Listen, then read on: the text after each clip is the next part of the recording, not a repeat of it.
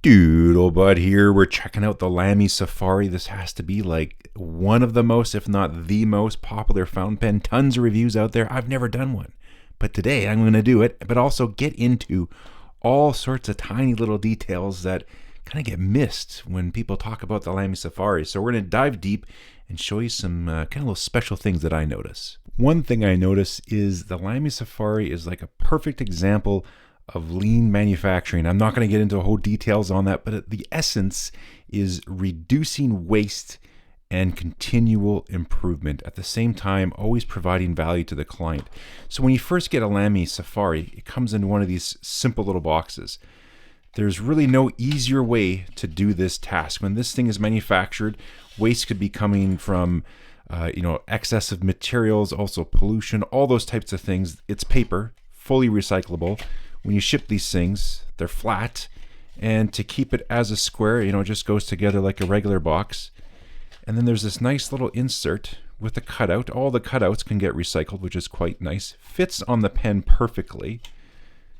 And you just slip it in there, and what that does, you put it at an angle, and that keeps the box in box shape so it doesn't get squished.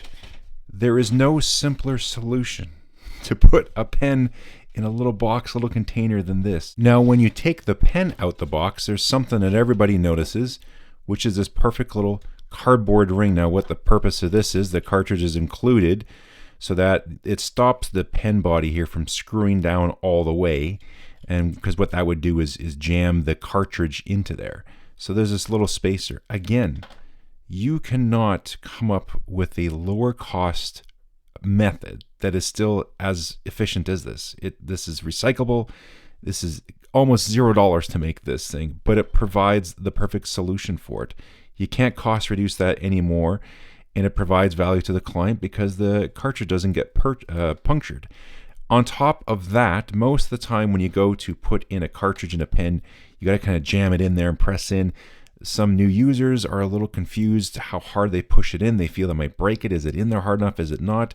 Again, a little bit of thought. If we look down into the Lamy barrel, getting the smallest little bit of light, but you can see those little veins down there, those little ridges. Now what those do is those accommodate the cartridge. So when you put the cartridge in, you just put it in like this, put it into the pen, screw it down, and when you screw down the cartridge, that will puncture it and properly seat it in the pen. Now the Lamy cartridge is a unique design. They make their own cartridges, they make their own converters. They could design their pens so they fit international standard, but they're not going to have this feature in there, which is just slightly better if you think about it for a moment. Not only that, now if you're selling your own inks and your cartridges, you're going to make a little bit more revenue for the company as well.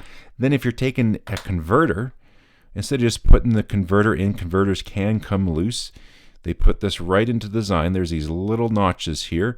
So you got these little tabs. It slides in and just click, holds it perfectly. That's nice and secure. It's in all the way. You know how far to put it in, and it's going to stay secure so it doesn't come loose. And if we check out another model of a Lamy pen, this is a Lamy Aeon. Well, same thing. If I want to put a cartridge in here, if we look down in the pen, there's a little disc down there. I think you can see that little slug that's down there. Well, again, that's to fit a cartridge. So even on this pen, you can put the cartridge in, put on the section, you screw it down, and that engages it. Same thing on this one in this case, because it doesn't have the little flanges here to hold the converter. This one, you put the converter down on the body, put it into the pen, screw it on down. And now that converter is properly seated, properly fit, just perfectly onto the section of the pen. A real iconic part of the Lamy Safari design is this right here, this little ink window. This is great, especially for brand new users. I think this is another reason it's one of the top selling pens for new users. This is something that's very easy to forget when you're new with fountain pens. I know I forgot a bunch. I'd be writing along with my pen, and all of a sudden it's not working. I think something's wrong with the pen, and turns out you're just out of ink. Now, a lot of pens have ink windows, but it's not usually as common on cartridge converter style pens. Typically, like say on this Ion, you got to remove the body and then you can check your ink level. So it is handy that you don't have to do that. It's just right there plain to see. Now other ones you can as well, like this little demonstrator pen. You can see the internals to the pen, so that's great. It's right in there. But for most of the time, a cartridge converter pen, there is no ink window, they got you covered. And staying with the lean manufacturing concept, we're technically reducing waste. There's a teeny little bit less of resin pellets that are used on the production of every single pen because we don't have plastic right there. Another iconic feature on the Lamy Safari is this clip. I did a separate video just on this clip because it's a brilliant design. It really stands out with the pen. Now, the pen on its own is a very unique design. This clip really suits it, but also on the topic of lean manufacturing, this is done through a CNC wire bending machine. There is no waste. There's a big coil of wire. It comes out the machine. The machines use their fingers and form it, and then snip, it parts it off, and the new piece is coming off. There's no removal of material. It's just a length of wire bent to the right spots, and it's parted off.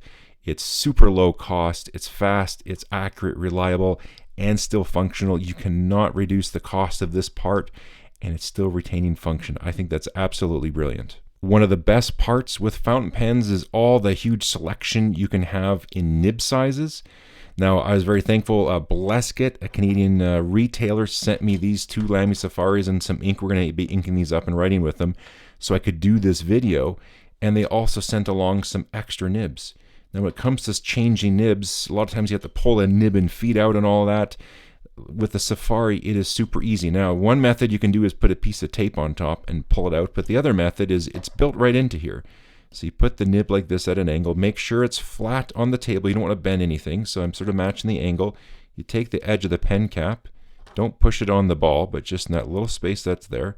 A little downward pressure, let me get it there, pull it out, and you're done. Now you get out your other nib. I got the 1.5 calligraphy nib on here. I think this is a 1.1. Take that nib, slide it on, and you're good to go. While we're talking nib, this is another thing when it comes to lean manufacturing. You want to reduce waste. Well, you get to see all of the nib. As a user, the full nib is exposed. There isn't any material that you don't get to see. As an example, let's go back to this little pen here and let's take out the nib on this one. And then you can see how this nib fits in, that there's a pressure fit where these 2 components fit inside of this collar, and that's what holds it in place. But what that means is a good chunk of the metal is inside of the pen. You don't get to see it, you don't really get to use it, and it's additional material required in the manufacturing of this part. With the Safari and these style of nibs, you are minimizing the material requirement to do it, and you're also maximizing the function. You get to see all of the nib. Everything you pay for in the nib, you see 100% of it. And if these nib options aren't enough for you, which there's quite a few extra fine all the way up to these lovely calligraphy nibs, you can step up and you could get a Lamy Gold nib and you can just fit that on your Safari, which again is just as easy to do. You just pop off this one, put on your gold nib, and away you go. You just upgraded your Safari. If you love your Safari but want to always have a gold nib, you can just do it that easy. Not only is that nice and easy for a customer and sort of smart that you can easily upgrade to a gold, if you think about making these, this is a pretty easy shape to make. There's no complex curves and contours. It's very simple, very straightforward. You got these little angles here on the side, and that's all you need to retain the nib securely into the pen. Now, because you have your own custom nib design and your own custom ink delivery, we have to talk about the feed. Now, the feed kind of just gets overlooked. Oh, here's a picture of the feed. Well, you know, it's the heart of the system. It's transferring ink from the ink reservoir through here. It's going to regulate the ink flow and then come out the nib. If that's done wrong, the pen's not going to be great. Now, what you might not know is if we can get some contrast. That's why I got the white background. I don't know if it's helping, but this is a 2-piece feed. What's really great here is you can really control the profile and the path these follow of the air ink exchange channels that are in here. So what you do, you just, it comes off here, see if the focus stays. There we go. It's a 2-piece design. This is really good for capillary action. It really helps promote it. If you can see here, you actually get a nice bit of a flat spot here and on the sides along the side of the channel to promote, you have greater surface area, and then those will go over into the fins, which help regulate the flow. But this is a fantastic design to promote capillary action, and it slips in there like seamlessly. Like most people don't even know it's a 2-piece feed, just to tell you how good the injection molding, and I'll put that in afterwards off camera. And then everything leads right up here into your 2 channels that goes directly into the nib. It's a really great design, especially when it comes to promoting capillary action, one of the best I've seen. And I think they went two-piece on this just because it's much easier to control things when it is a two-piece design, controlling those channels and everything else versus just doing a one-shot injection molding. Doing two-piece, it kind of lets you get underneath the hood and access things you couldn't before if you're just doing a one-piece. And of course, it has the keyway, so you know exactly which way to go. And there's, again, no ambiguity as to if it's all the way seated or not. It has a snap like most nibs and feeds. When you put them in, there's no snap. You're just kind of guessing it's in all the way. Here, you actually have a satisfying little snap. There's a little tiny detail they put, I don't know, the camera's not going to pick it up. Macro lens to the rescue. That little bump right there. There's a few of them here on the feed. Let me show you what that does. The feed is going into the section. We get a little extra pressure from those bumps. You can feel it. It gets past that ridge, and then that profile pulls it down, and then those two surfaces mate, and you get that little click. Those are the extra little details that I see that go, someone was really thinking about this. Not that it's a bad design, but on a standard nib and feed, it is pretty easy to sometimes get a misalignment where things are rotated and the parts just aren't quite there. They'll be off a little bit this way, a little bit that way. On the Lamy design, because it has these ears here on the side, there is only one way this goes. You can't rock the nib one way or the other. It will always go right in there and be centered and be seated properly at the bottom. You don't have to wonder, did you push it all the way to the end? That can happen sometimes where it doesn't go all the way down, and sometimes you cap the pen and the nib will get bent over. I speak from experience. You know exactly if this nib is all the way in, if it's fit on there properly, and everything is lined up. All those issues are eliminated with this particular nib and feed design. Now, for the overall design, is this the best designed, best looking pen of all time? I don't think so, but it really stands out. You can spot one of these things from a mile away. Even if it's in the background of a TV show or a movie or in a magazine picture, you can spot a Lamy Safari anywhere, anytime. So from a design perspective, that's a win. You want your design to stand out and for people to know what pen this is, the Lamy Safari, and also, you know, the All-Stars and the LXs and all those. It is an iconic design. Now for the grip section, this is one area that some people, it's like a love or a hate. I think in general, majority of people love it. The standard grip when you grab a pen, you know, it's like a triangular sort of grip, the tripod grip. And that's how this is designed, just to be super comfy, put your fingers in the right position, and away you go. Now, not everyone grips the pen like this. I get it. And so if you have a totally different grip or hold it differently, you like to rotate your pen, whatever it is, this just won't be comfortable. But especially for a lot of people starting out with a fountain pen, having a familiar grip that you're used to, because I think it's like the most common grip there is, especially in Germany. This is just sitting you right in the right position wherever you want to grip the pen. It's lined up and it lines the nib up, because that is one of the things with fountain pens. When it's a round grip, you can go this way, especially new people. They'll grab a pen and it's upside down right away. The Lamy Safari grip really is meant to properly align everything. The logo is even aligned with it, with the ink window, with the grip, with the nib. Everything is there, is telling you this is how you hold it.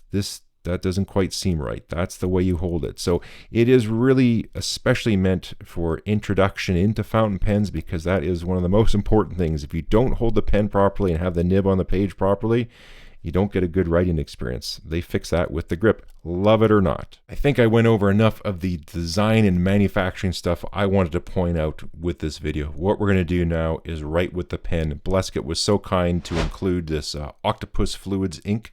This is some of their fountain pen ink. This is the Dragon. So it's a petrol pink sheen ink. I've been using this for a bit. Super fun. I have that here in the 1.5 millimeter stub. I thought, just to show, let's put the standard Lamy cartridge in here. You just put it in the pen. We'll pop out the converter. And I'll show you. You just screw it down. You're a brand new user. And now that cartridge is in there just right. You don't have to know, did you push it in there far enough? It is in there. It's secure. And it's engaged. So we're going to let the feed do its magic, and we'll do a writing sample. I'll show you the different nibs here. We have a fine, we got a 1.1 and the 1.5, so you can get a feel.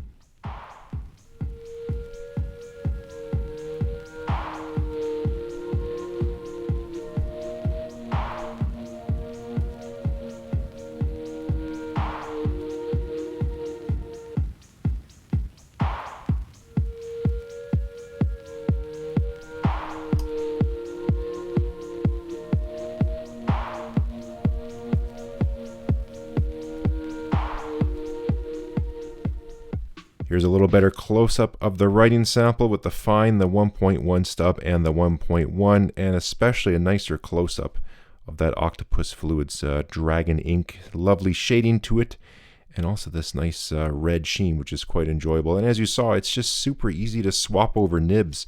You know, one thing I preach is one pen, many nibs. It's a way to save money in the hobby instead of having to get a whole new pen. A lot of times you can change the experience just by getting a new nib, and the fact that you can get all these different nibs with the same pen makes it quite affordable and really enjoyable too. It makes it very easy for someone new in the hobby especially to venture outside of your standards, fines, and mediums, and there's a whole plethora of nibs you can try with that very first pen that you might have picked up. Starting from the initial packaging all the way up to using the final product, all I see when I see a Lamy Safari is massive attention to detail. And I think a lot of these things are easy to miss. But this is a great example in, you know, lean manufacturing, something where you want to reduce waste, but also continual improvement while also providing value to the end user. And all these little details like ink windows, making sure the grip is right, a good sealing cap, which is paramount in a fountain pen, making sure that, hey, you put the cartridge in properly, everything aligns, nibs are easy to swap out, and you don't have to wonder, did you put it in properly? All those things. And in the end, it's a very reliable product, and it's a big time money maker for Lamy as well. Let's not forget about that. But I think this is why is probably the most common first time pen, and also one of the most, if not the most sold fountain pen there is currently. So hope you got something out of this video. Again, there's a million reviews out there on the Lamy Safari, but these are some of the things that I see when I see this pen. And even though it's not my favorite pen I own by any means, I really do appreciate the overall design and especially the thought and attention to detail that went into the Safari. Thanks again for watching. Big thanks to Blesket for supplying these two Safaris so I could do this video, and also introducing us to this really cool ink. I've been having fun with that as well. If you haven't, consider hitting subscribe, chat down there, hit the thumbs up. Until then, we will catch you next time.